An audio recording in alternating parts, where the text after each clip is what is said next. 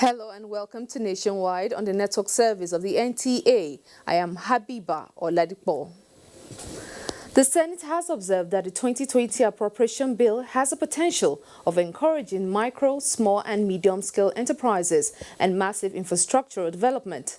This is part of contributions from the lawmakers as they commence the debate on the general principle of the appropriation bill just presented by the President. Senators commended the attention given to road infrastructure and the human rights advocacy. They harped on the need for revenue collecting agencies to strengthen their revenue collecting system. Meanwhile, the Senate has confirmed the appointment of Adeleke Adewulu as the Executive Commissioner of the Governing Board of the Nigerian Communications Commission, with an advice from senators to put to use technology into the prevention of crime. Proposed federal spending for 2020 as contained in the budget document laid on Tuesday by President Muhammadu Buhari at a joint session of the National Assembly has been commended by the House of Representatives members across board. This was when the bill came up for second reading during Wednesday's plenary at the House of Representatives.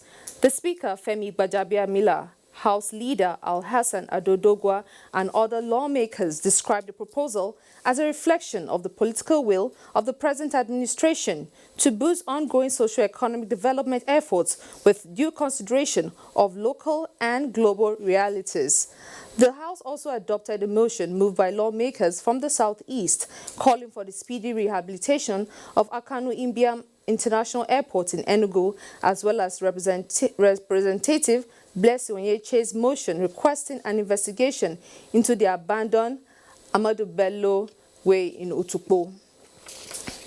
Still with the budget, with the submission of the 10.33 trillion appropriation estimate by President Muhammadu Buhari to the National Assembly, guests on NTA's Current Affairs program Tuesday Live have expressed optimism that the budget, which will be driven by the local and by the oil and non-oil sector of the nation's economy, doing their reports. The two sides of the budget presentation were put in perspective. Timely compilation of the projected expenditure on one end and the highlight of key capital spending allocations, all of which are in sync with the Constitution. Guests on Tuesday Live say the federal government's initiative to drive certain percentage of the budget with revenue generated from the non-oil sector will enhance the viability of such sectors. By the increase in value-added tax from 5% to 7.5%, and that the focus on compliance will now be on businesses that make more than 25 million naira annually in profit. So that's why we say this is a pro-people budget. It would be a lot of jobs. It would mean economically empowering people. So if we increase and we widen the tax net, I think especially the VAT, that will help a lot. The desire to turn around the fortune of Nigerians through the provision of critical infrastructure, employment generation and social investment programs amongst others, the guests encouraged the government to be conscious of the huge revenue being lost daily to gas flaring. One of the core roles that we have is to sensitize the financial world, the investment world, to say that, look, there are some companies that are members of the NGA. We have screened them, we know they're companies of integrity and good repute, and we create those kind of handshake meetings. By the time we trigger a set of 60 to 70 projects as part of our gas flare reduction, we're going to create around 300,000 direct and indirect jobs. And in terms of the gas flare reduction and value addition value chains that we're going to create from that. In Abuja, doing Dia NT News. The need for the National Assembly to critically look at the proposed 2020 budget estimate as presented by President Muhammadu Buhari and make necessary adjustments has been emphasized. Guests on Good Morning Nigeria identified that doing this will ensure quick and effective implementation of the 2020 appropriation bill. Patricia Esami Luba reports. Analyzing the 2020 appropriation bill, the guests commended the budget proposal in its entirety, but called for a careful look at some probable drawbacks that could hamper economic development. Number one, look at the assumptions. Are they realistic? Shouldn't we review and redo the assumptions? Number two, the recurrent expenditure. Professor Obadan did allude to this fact. Should we be borrowing to fund recurrent expenditure? Number three, what is our capital expenditure and what are those capital expenditures that needs to have some regenerative kind of impact to the economy? Look at details of the budget, but ensure that by December, middle of December, or later third week of December, the president, assents to the budget. And then we'll be talking about implementation from January 1, 2020. They also spoke to the implementation of value-added tax, which is expected to accelerate the pace of national development. Whether we like it or not, we know theoretically an increase in tax rate is always associated with negative multiplier effects on the economy.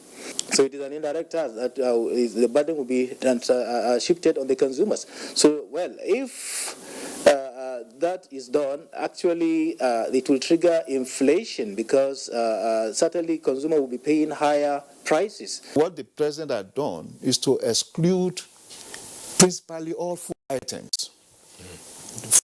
from the VAT, from this new proposed VAT amendment. All food items, bread, up to gari and all that, so that the poor man is protected.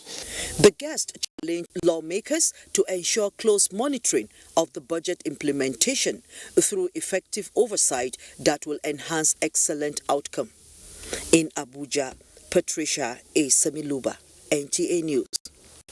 And to other matters now, participants at the 9th Nordic African Business Summit in Oslo, Norway have described the economic recovery and growth plan of the federal government as a step in the right direction. State House correspondent Gideon Ifade on the entourage of the Vice President Yemi Osinbajo reports that participants, most of them investors, promised to make use of the opportunity provided by the federal government. At both the plenary and the roundtable sessions, the stage was set for the Vice President to explain to the participants some of the things being done by the federal government to boost the economy of the country, answering questions ranging from the business environment, renewable energy, oil and gas, even to education, as well as finding space for the youth to display their potential. These are all areas where government is paying great attention, in addition to dealing with the issue of corruption. So just by landing in Lagos, going through the migration, the queuing system has improved, the immigration visa system has improved, the payments for visas have improved, and you can get visas on arrival these days, etc. So that is exactly what we see as well in the wider context of doing business in Nigeria, where when you look at importing, exporting, money flows in and out of the country, that over the past years, 4 years especially, we have seen a dramatic improvement in the ease of doing business, very positively. Nigeria is a huge economy, it's an important country, so the more educated we can be in what are the issues and the opportunities, the better we can work together with the country to move forward. Another opportunity again for Nigeria, the Vice President to Vice President, President to President. It makes it very easy that the two giants in Africa are now meeting at different levels and even at different continents. Articulated all the right issues to create an environment that is enabling for businesses to thrive. I think he has said the very right things and he's done a very good job in projecting the image of Nigeria. From the feedback that we've been getting, this has been a most useful forum, for Nigeria to interact with investors and business people from Norway and other Nordic countries. Norway is a very rich country with large population of investors who are now interested in expanding their coasts, and Africa is on their radar, especially Nigeria. The business environment is quite ripe. First of all, you know very well that we now have a bit of macroeconomic stability. Inflation has come down, the exchange rate has stabilized, and so all the concerns about the macro environment have been addressed from the investor perspective. In addition to that, of course, are the major investments that government has been making in infrastructure. It is not only the space for the youth, but for investors from all around the world to come over to Nigeria and invest. From Oslo in Norway, Jide Onifade, NT News. Many thanks, Jide, and Ruth is in our Lagos Center for top stories from that zone. It's over to you, Ruth. How is Lagos today? Thank you, Habiba. Lagos is beautiful. The National Agency for the Prohibition of Trafficking in Persons, NAPTIP, has unveiled its latest information strategies to ease detection of human traffickers in Nigeria, called End Human Trafficking. The information was presented by the Director General of NAPTIP, Julie Okadongle, at a stakeholders forum in Lagos. Diana Ajale reports. This gathering by the National Agency for Prohibition of Trafficking in Persons, NAPTIP, in collaboration with stakeholders in the aviation industry and other related key players, is with a view to adopting new strategies to effectively contribute to national efforts in curbing human trafficking through increased vigilance and positive actions to intercept human trafficking activities. The Director General of NAPTIP, who highlighted some of the agency's achievements in 2019, stated that about 404 traffickers have been convicted and are currently serving jail terms, while 17,000 victims have been rescued and empowered by the agency in various fields. We have materials now that we expect to see at all the airports. Boarding passes, the in-flight magazines, audio messages, both on the plane, on the airline, and at the airport. Really, of course, increase the understanding of how to detect human trafficking. Once you detect it, what should you do? Who do you reach out to? And then leave it to the government to take action to rehabilitate victims of human trafficking. So really trying to cover as many as the full plethora of work in this area. The agency says it will not relent in the fight against human trafficking till it is put to an end in Nigeria. In Lagos, Diana Ajale, NTA News.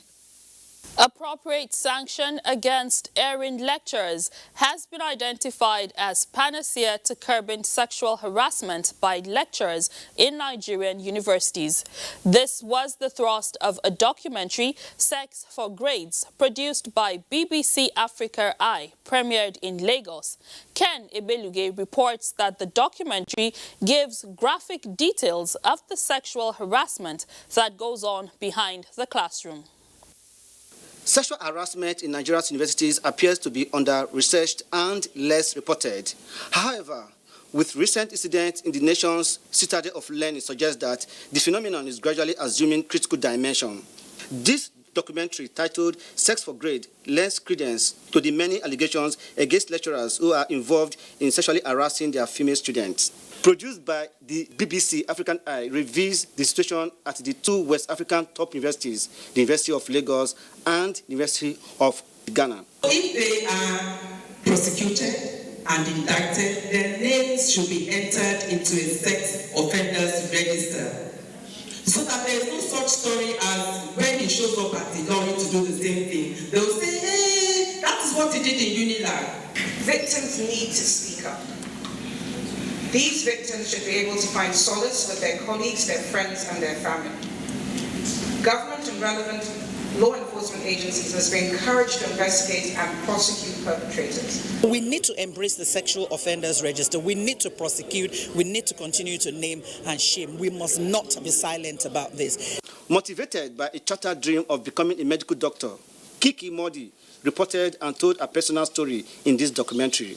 We can uncover the truth as much as possible, but when it comes to addressing social issues, the government has their role to play, and we can only hope that we have uncovered as much to drive enough conversation for the government to actually do something about the problem. Nigerians are of the opinion that ending sexual harassment by lecturers is a collective responsibility of all. In Lagos, Ken Igbeluge, NTA News. According to a World Health Organization report, suicide is the second leading cause of death globally. As different individuals and organizations, including government, is championing the prevention of suicide, especially in Nigeria, a young Nigerian singer has joined the crusade. Adeola Omokive tells us more. Global statistics has shown that out of the many who contemplate suicide yearly, 800,000 of them actually succeed in taking their lives. This translates to one person dying every 40 seconds by suicide. Dr. Joe Okeodumaki, who spoke to this ugly trend, commended the initiative of this young Nigerian, Oziomachukwu Mojeku, also known as Ozibi, for his ability to realize the harm it causes at his tender age and his advocacy to stop the menace. Stop Suicide Africa. This is a laudable project. This is a project that everyone must support. The young lad received support from the Ooni of Ife, who was represented, other traditional rulers, Anambra State government, captains of industry, and members of the creative industry. Stop Suicide Africa!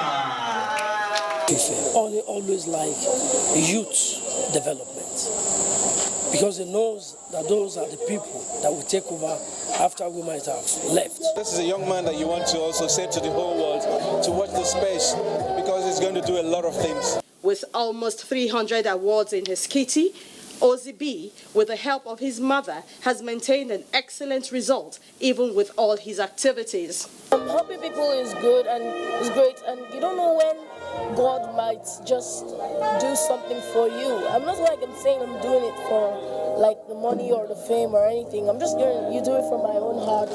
The event also featured the launch of his first album, Journey of My Life, with 13 tracks. In Lagos, Adeola Omokive, NTA News.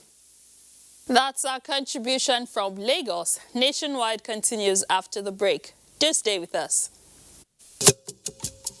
Let's come together as we celebrate the uniqueness of our cultural diversity, showcase our creativity and ingenuity. It's the National Festival for Arts and Culture, NAFFEST 2019, in the ancient city of Benin, Edo State, the heartbeat of the nation. Theme, our reality, our pride. Holding 19th through 26th October 2019. Highlights will include drama, children poetry performance, essay writing competition, crafts competition, indigenous cuisine, traditional wrestling, indigenous fabrics in royal apparel, cultural quiz competition, board games, and lots more. Oh yes, it's the National Festival of Arts and Culture, NAFFEST 2019, Edo State, Nigeria, holding 19th to 26th October 2019. We are celebrating our heritage. Otumba Olusegun Olunshewe, Director General, National Council for Arts and Culture, announcer.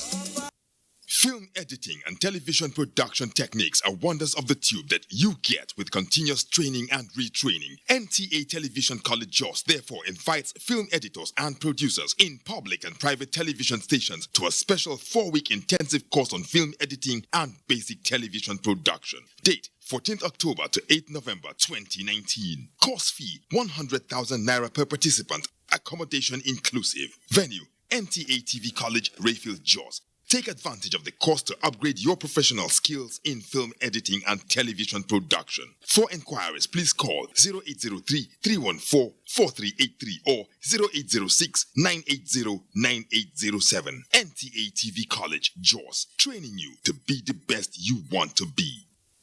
Get ready to be motivated. The Motivated Challenge is back. Bigger, better, and bold.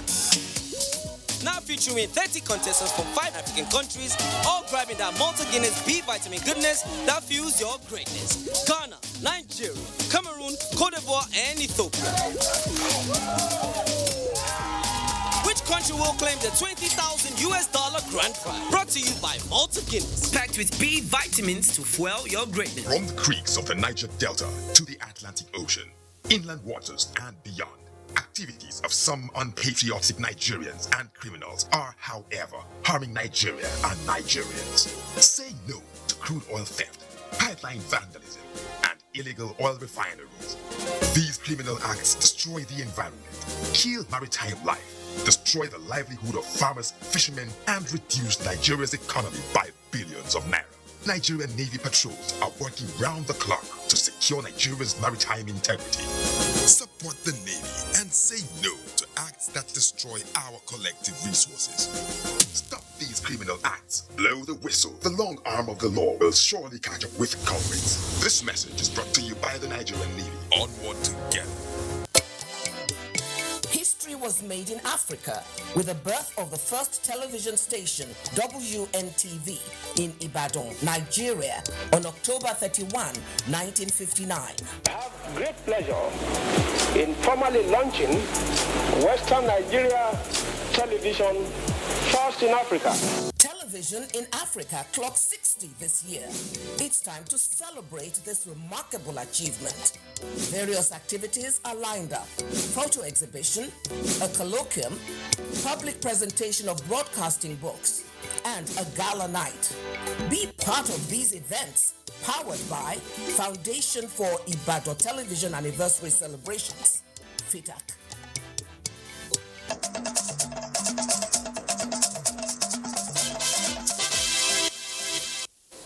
A report just in says President Muhammadu Buhari today administered oath of office on members of the newly constituted Presidential Economic Advisory Council and also set an agenda on what they should accomplish in the shortest time. The president in a statement urged members of the council to focus on primary data collection, as most of the data quoted about Nigeria are developed abroad by the World Bank, IMF, and other foreign bodies. The statement further states that some of the statistics presented about Nigeria, the president explains, are estimates that have little or no bearing on the nation. The president directed the council to coordinate and generate ideas and efforts on how to lift 100 million Nigerians out of poverty in 10 years, working in collaboration with various employment-generating agencies of government. He assured the council that the federal government will ensure that all their needs and requests were met before the next technical session in November. He said all key ministries, departments, and agencies will be made available to meet and discuss with them on how to collectively build a new Nigeria that caters for all. The Nigerian Labour Congress, the Trade Union Congress, and the Joint National Public Service Negotiating Council have resolved to embark on industrial action after the 16th of October 2019 deadline given to government to reconvene the meeting of the Consequential Adjustment Committee on the new national minimum wage of 30,000 naira per month. In a media conference in Abuja, the Labour leaders were emphatic on their position on the stalled negotiations on consequential adjustments.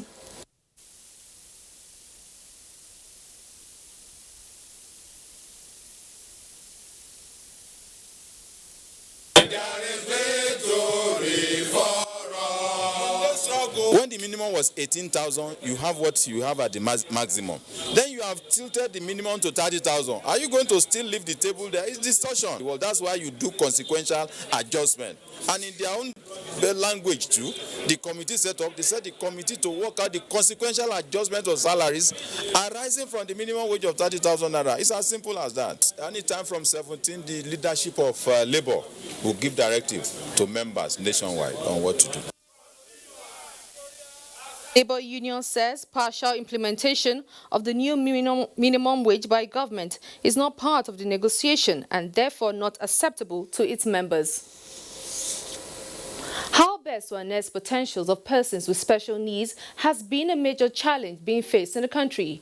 In a bid to address this, the National Human Rights Commission is exploring every opportunity of the Disability Bill assented to by President Muhammadu Buhari to end all forms of discriminations against persons with disabilities.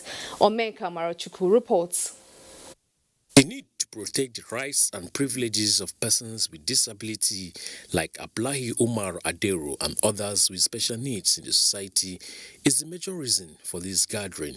On albinism rights project is very dear to us, and we've been able to use that platform to raise human rights champions, human rights defenders, not only in Abuja but in the rural area. We conducted a baseline survey for persons with disabilities. Now the idea was to allow INEC have data in which they could use in mainstreaming persons with disabilities in the electoral process.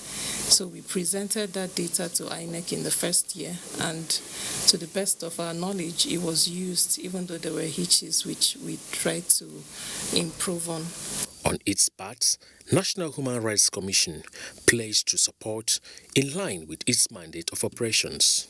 Persons with disabilities, women, these are people who have been left behind in the past. So it is very, very important that we all work together to bring the issues to the fore and to make sure that everybody is carried along and no one is left behind. That is the only way we can build a society that takes care of everybody, that feels they are part of the government, and that is what will bring peace, that is what will bring justice, and that is what will provide the enabling environment for us to occupy our place in the Community of Nations. With the operation of disability law in Nigeria, it has become criminal for not providing the necessary facilities to aid welfare of persons with disability. In Abuja, Omenka Marachuku, NTA News. And it's time to go to our Enugu Network Center, where Chinyere is standing by. Hello, Chinyere.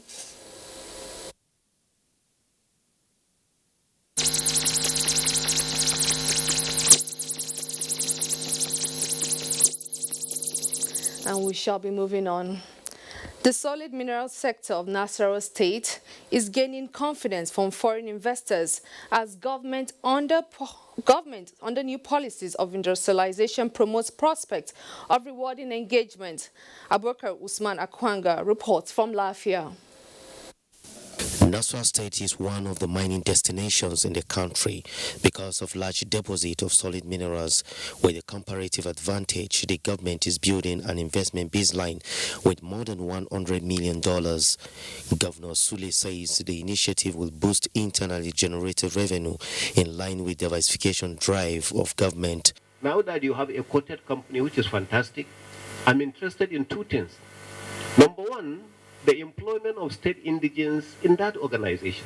And I will urge you not to pay revenue that is meant either for the local government or the state government to any individual, no matter who the individual is. The governor appealed to investors to develop frameworks for integrating communities and promoting social harmony areas of operations. In Lafia, Abubakar Usman Akwanga, NTA News. The Minister of Water Resources, Alhaji Suleiman Adamu, has commended Jigawa State Government for achieving more than 80% target in water supply in the highest in the northern part of the country. The minister, while on a working visit to the state, called for enhanced sanitation matters. Awal Muhammad Kazori has more. It was a homecoming for the Minister Suleiman Adamu as the representative of Jigawa State at the Federal Executive Council.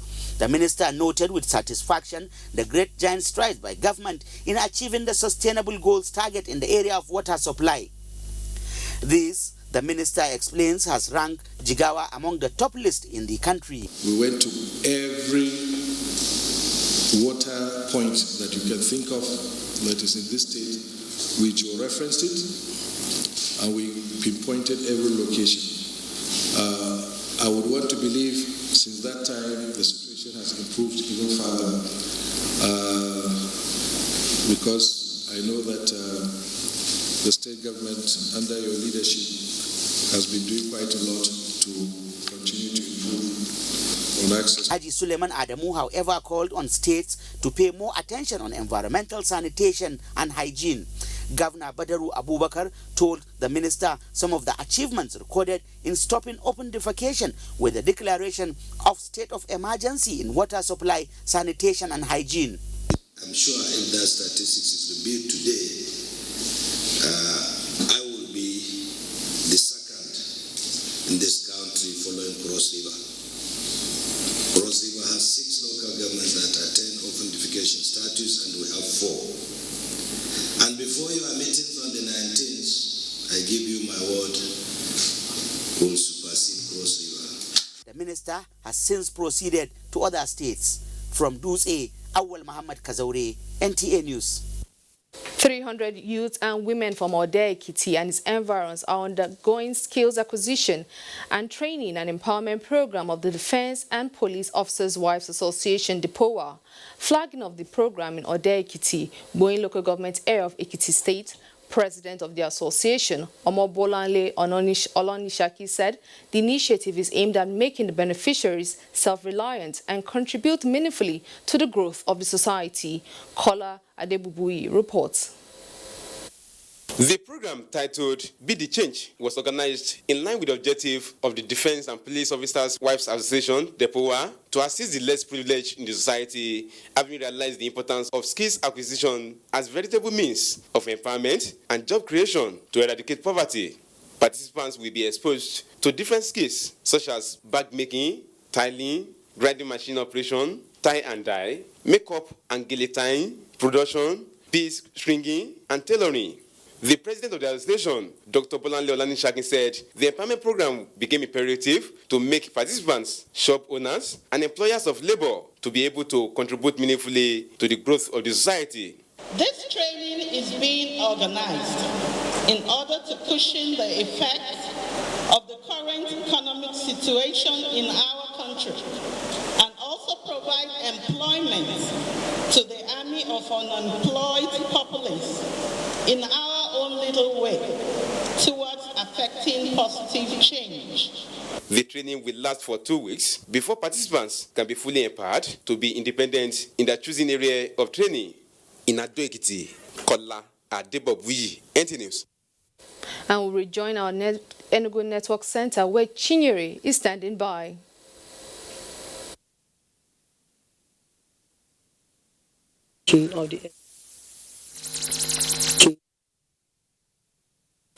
We sincerely apologize for the mix-up.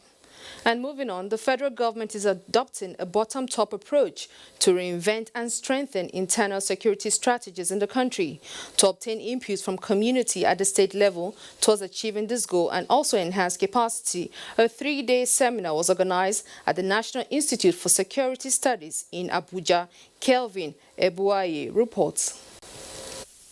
Security experts say threats to internal security occasioned by herdsmen and farmers' clashes, kidnapping and banditry have in recent times challenged the capacity of security agencies in the country.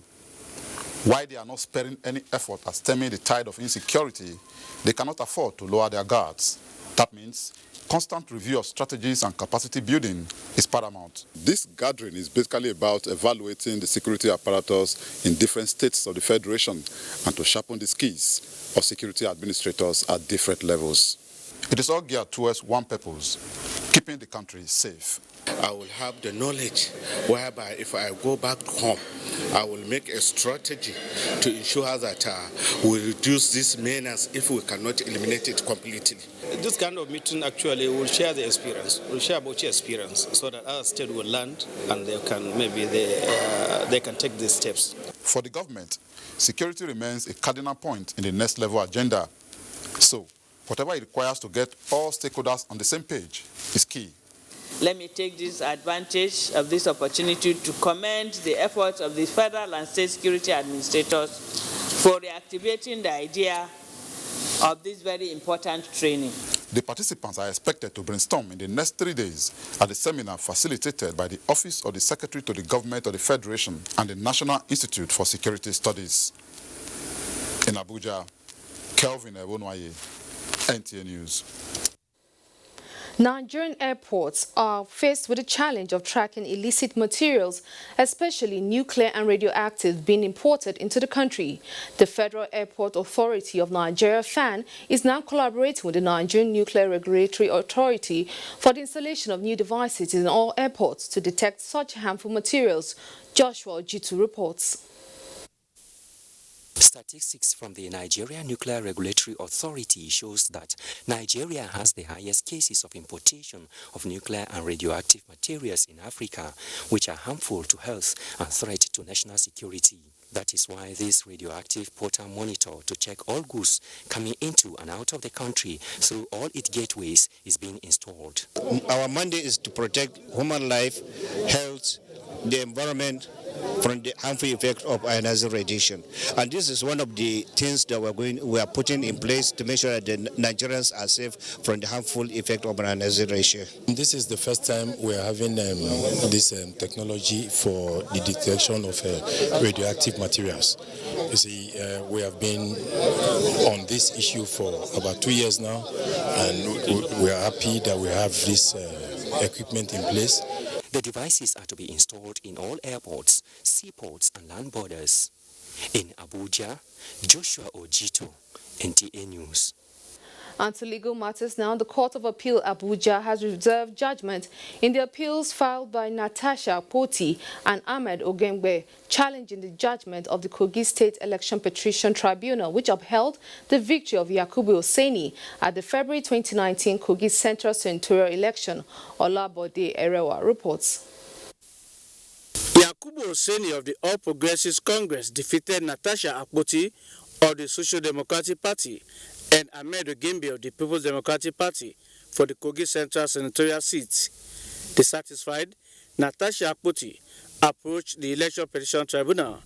However, the tribunal upheld Oseni's victory, ruling that the petition was incompetent as the evidence did not have enough probative value because the first petitioner relied on information from her agents and she could not answer questions on the Form ECATA provided by her. In the petition filed by Ahmed Ogembe, the tribunal held that his witnesses were not polling unit agents, thereby making their evidence unreliable. Natasha and Ogembe thereafter filed separate appeals at the Court of Appeal, saying that the tribunal failed to evaluate important evidence presented by them. The tribunal wrongly dismissed her petition.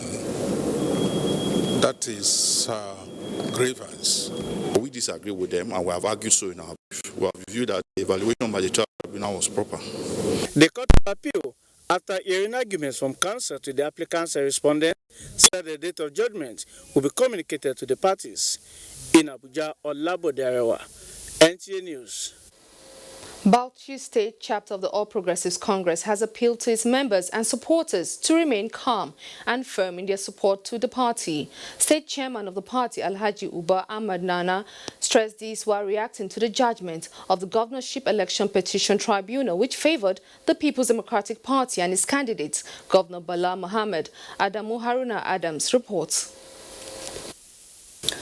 On Monday, the 7th of October 2019, the Governorship Election Petition Tribunal for Bauchi State dismissed a petition filed by the immediate past governor of the state, Mohammed Abubakar, and APC for lack of merit. Sequel to this development, the state APC chairman Uba Nana called on members and supporters of the party to remain prayerful and committed to the cause of the party. Whenever you enter into anything that is competitive, so there are two sides of the coin.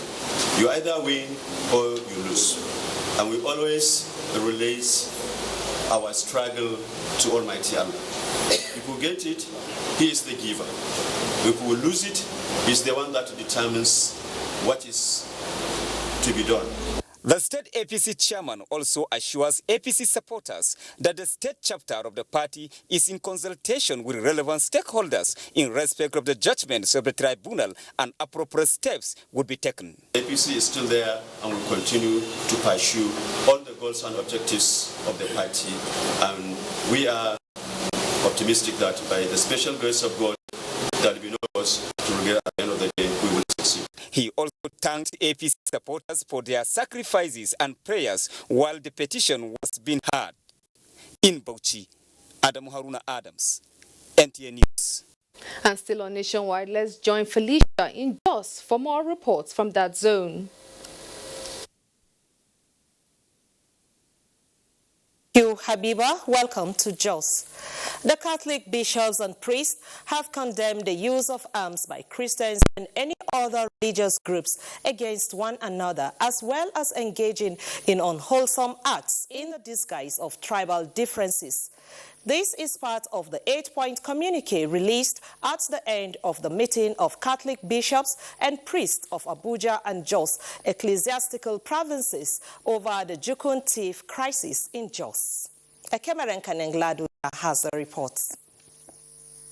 The 8-point communique, co-signed by the bishops under the Abuja and Jos ecclesiastical province, called on priests and religious leaders to constantly remain neutral and non-partisan, as well as teach their followers the benefits of forgiveness, reconciliation as a means of resolving conflicts. They noted with regret that some of the youths are used to perpetuate crisis for material benefits and called on traditional rulers to work towards peace. All the people fighting are our children, our spiritual children. So we must not forget this fact. The basic message of Christianity is unity, is love. We have one Father, we have one Lord, and why should we be discriminating against each other? They called on the dioceses within Abuja Jos ecclesiastical jurisdiction to create avenue where issues of insecurity and dangers of crisis can be discussed as a way of sensitizing the people. We are tired of the war, of the killing, of the unnecessary violence that we witness. So the priests and the bishops are united in saying no to conflicts, no to crisis, but yes to peace and peaceful coexistence. The bishops and priests also recommitted themselves to reviewing the Catholic social teachings of the Church as a tool of solving the social, political, economic, religious problems within their jurisdiction. Cameron Kanengladuja, NTA News. In the wake of emerging trend in science and technology, as well as the quest to expose the younger generation to science-related fields, the NTA Network Center Jos has held its annual Children Exposition for students of secondary schools in Jos. Ruth Stephen Hoke reports. The NTA 2019 Expo exhibition is aimed at exposing young talent to discover the innovative power inherent in them. Zonal Director, NTA Network Center Jos, Peter Ochibo, encouraged the young talents while highlighting the economic potentials the expo avails them. From what I've seen today, there is high hope that we are going to win laurels and prizes from Abuja, which will even lead to some of these students being sponsored abroad. The Science, Art and Technology Exposition had 13 schools which participated in the exhibition, where science category had Boys Secondary School Gindri with the 3rd position, and 2nd position went to Excellent International Academy, while Quaking Comprehensive School Gindri clinched 1st position with the project titled Microcontroller BST, Junction Traffic Light Control. In arts category, also Quaking Comprehensive School Gindri won the 1st position with the project titled Coal Baking Oven. St. Piran's Anglican High School came 2nd, while St. Paul's Academy badged the 3rd position. I need the government to also key into Expo exhibition. They're not just going to contest here, they're going to contest with the 36 states of the Federation in Abuja. So if you can key in and support the students, I am sure you will put a smile to their faces. Winners of the 2019 Arts, Science and Technology Exposition will be representing the state at the national level. In Jos, Ruth Stephen Hoke, NTA News. The Director General of NTA, Yakubu Ibn Mohammed, has awarded scholarship to the family of a student of NTA TV College that lost her life following an accident around Rayfield area of Jos. The Director General made this known during a condolence visit to the student's family residence in Jos. Aminu Umar reports that 3 other students who survived the incident are responding to treatment.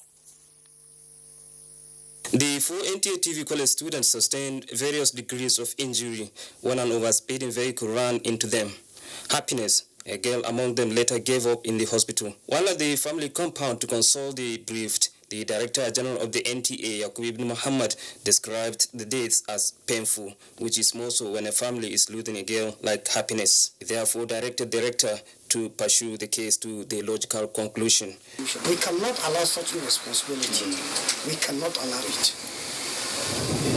So I've asked him to constantly go to the police station, ensure that this case is taken to court, and the people responsible for this thing are punished. The representative of the family acknowledged the deep concern shown by the DG NTA as he described it as a mark of good leadership. I heard what was going on, the effort of the NTA family, and how you went about doing all the things you did. I must say thank you. The DG was also at the Jos University Teaching Hospital, where he visited Ayobami, whose leg was amputated following the incident. He rendered financial support and words of encouragement to the injured. A delegation has also been sent to Lagos, where 2 others are receiving medical attention. In Jos, Amin Umar, NTA News. Meanwhile, NTA News just got the report that the body of the late student, Celestina Happiness Lar, has been laid to rest in her hometown, Garkawa village of Mikang local government area of Plateau State. We now hand you back to Abuja for the rest of the news on Nationwide. Thanks, Felicia. Some teachers in Abia State had cause to smile, courtesy of the state governor, Dr. Victor Okeze-Ikpeazu, who donated vehicles to appreciate what he called their selfless service and to encourage others to join the teaching profession. The vehicle recipients are teachers drawn from 3 local government areas of the state. Delight Gideon reports.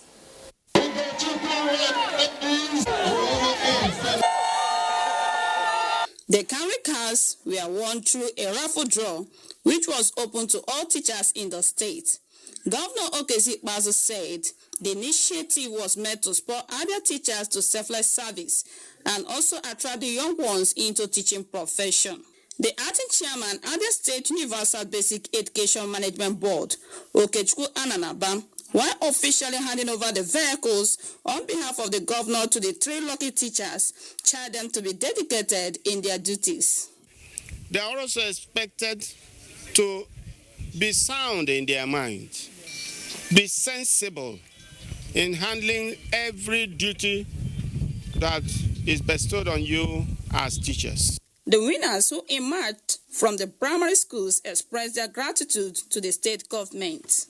Meanwhile, 100 youth from Abia State have benefited from the 2019-2020 Scholarship Award to study in 2 Australian universities. This is the first time indigenes of the state are being sponsored to study outside the country, and the representative of the university, Martha Hedra, is in the state to finalize formalities. In Umuahia, Delight Gideon, NTA News. Working towards a general curriculum is one of the agenda of a meeting on quality of Africans' higher education in Abuja. The meeting, organized by the National Universities Commission with participation drawn from across African countries, expressed optimism that its resolution will close the gap in higher education system. Deborah Ogbonla reports. Cooperation of African countries in advancing the continent is said to be yielding positive results, and in furtherance of this drive, stakeholders now focus on the harmonization of the education system to bridge content, curriculum, and duration disparity in the system. We should think also of the quality of the product of the university. It is a highly developed mind. That is our remit, to produce individuals who can think properly. It doesn't matter what they can do with their hands as well. We don't want a situation where one university excels is somewhere sitting at the skies while the other is buried on the land. Or one is awarding degree in 1 year, the other is taking 5 years to award the same degree. In finding solutions to the trending phenomena and many other issues now plaguing higher institutions in Africa, and to enhance mutual collaboration of African countries, Participants at the 11th International Conference and Workshop on Quality Education in Africa advocate harmonization agenda that will facilitate exchange of academic programs and global acceptability. The federal government of Nigeria has continued to encourage universities to set up quality assurance units or directorates that will promote efficient and effective internal quality assurance in the system. We have to introduce more quality mechanisms into our higher education system. The full implementation of the harmonization agenda is expected to expose African students' horizons about their continent and also prepare them for critical thinking for overall development of the African continent. Deborah Agbola, NTA News. It's time to take another break. We'll be back shortly. Please stay tuned. NTA Abeokuta is 40. Come, let's celebrate 40 years of impressive TV broadcasting at the grassroots. On Thursday, 17th October 2019, there'll be a lecture titled Lens in Sound, Television, a tool for social reorientation and good governance. Guest lecturer, Professor Oluyemisi Oluremi Obiladi, Professor of Education and Women's Studies, Obafemi Awolowo University. Special guest of honor, His Excellency Prince Dapo Abiodun, Governor of Ogun State.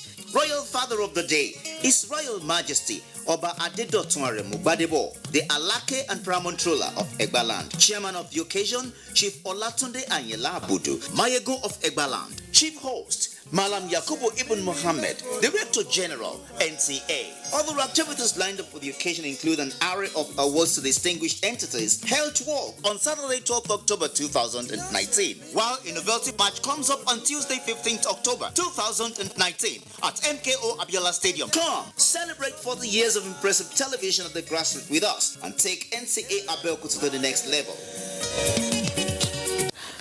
Thank you. Thank you, sir. Please, did you hear that? Of course I did. That is Village Elmaster tune. So, Auntie Amebo was not gossiping then? Village Elmaster is celebrating 50 years. 50? Already? Wait, you mean people have been watching Village Headmaster since 1968? How time flies. I have retired, but not tired. And 50 years now.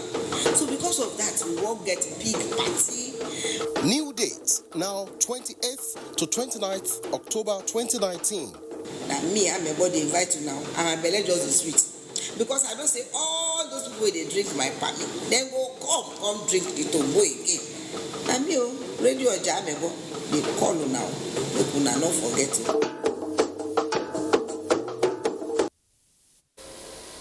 And now sports news. The 17th IAAF World Championships ended Sunday in Doha, Qatar, with Team Nigeria placing 32nd out of 200 countries that competed. Ayodeji Makinde reviews the country's performance ahead of Tokyo 2020 Olympics. We're going to ask the very difficult questions. Here we are again as a nation with constant thirst for glory in sports tournaments. The performance of Team Nigeria at the 2019 World Championships in Doha has left more sour tastes in our mouth, considering the high expectations which heralded the build-up.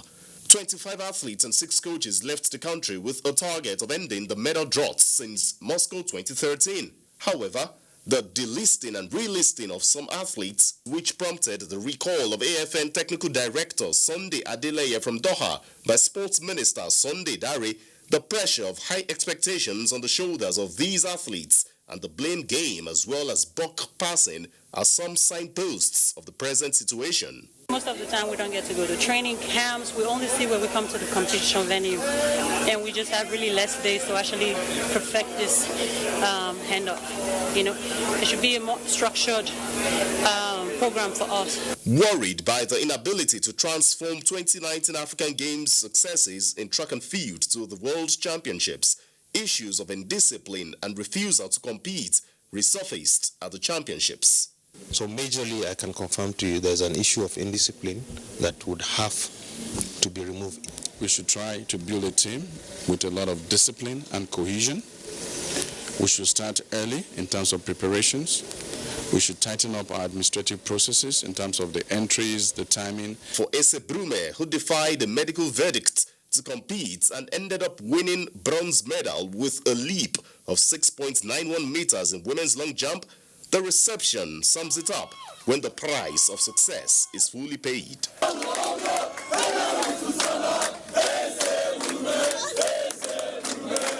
Ese was told she could never jump again.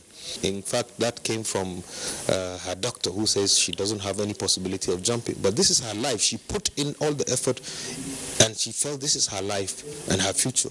And she's proved everyone wrong. Now we're ready for Tokyo. Now we've got something to work off. But also it's time for us to say goodbye to certain people. Before Tokyo 2020 Olympics, there will be more windows of opportunities to brighten Nigeria's chances in sport events next year and put athletes in better positions for podium finishes. In Abuja, I'm Ayodeji, Makinde, NTA Sports. Let's now run a quick check on Thursday's weather picture.